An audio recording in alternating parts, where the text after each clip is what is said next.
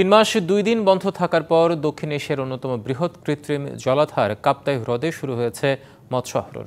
এতে কর্মচাঞ্চল্য ফিরেছে বিএফডিসির মৎস্য অবতরণ ঘাটে। লম্বা সময় পর মাছ ধরার অনুমতি পেয়ে খুশি মৎস্যজীবীরা। তবে হ্রদের পানি বেশি থাকায় ধরা পড়ছে কম, প্রত্যাশার চেয়ে আকারও ছোট। সকাল ৬টায় বিএফডিসির মৎস্য অবতরণ ঘাটে চিত্র এটি। ৩ মাস ২ দিন নিষেধাজ্ঞার পর কাপ্তাই হ্রদে শনিবার মধ্যরাত থেকে আহরণ করা মাছ বিক্রির জন্য আনা হয়। শ্রমিক ব্যবসায়ীর হাটটাকে চিরচেনা রূপে ফিরে ঘাটটি। শুধু অবতরণ ঘাটই নয়, ফিশারির চারদিকেই চলছে কর্মচারীদের কর্মযজ্ঞ। বরফ গলে শ্রমিকরাও ব্যস্ত একের পর এক বরফ ভাঙতে। সরকারি রাজস্ব মিটিয়ে মাছ তুলে দেওয়া হয় ট্রাকে, যা চলে যায় রাজধানী সহ দেশের বিভিন্ন জেলায়। হ্রদে পানি বেশি থাকায় মাছ কম ধরা পড়ছে। কাসকি ও চাপিলা মাছের আধিক্য সবচেয়ে বেশি থাকলেও আকারে ছিল ছোট।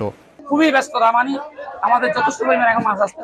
৩ মাস বন্ধ ছিল, আমরা খুব কষ্টে ছিলাম। প্রচুর পরিমাণে মাছ পড়ছে, মাছের কোয়ালিটি গুলো ছোট। আরো কিছুদিন বাকি দেখতো মাছের কোয়ালিটি গুলো এক জাতের মাছ যে তার ব্যবসা নাই, কেসকি নাই, খাজুরি নাই, আইন মাছ নাই, ওই জাতীয় মাছ খুবই কম। লক্ষ্যমাত্রা পূরণের পাশাপাশি গত বছরের চেয়ে বেশি রাজস্ব আহরণের প্রত্যাশা বিএফডিসির। গত বছরের যে আমাদের লক্ষ্যমাত্রা ছিল ৭,৫০০ মেট্রিক টন, তার বিপরীতে আমরা ৯,০০০ মেট্রিক টন মাছ অবতরণ করতে সক্ষম হয়েছি। এবারও আমাদের একই ধরনের আমাদের লক্ষ্যমাত্রা থাকবে। আমরা আশা করব গতবার থেকে এবার আমরা আরো বেশি পরিমাণে মাছ অবতরণ করতে পারবো।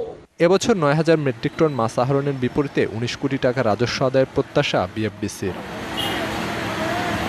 DBC news desk.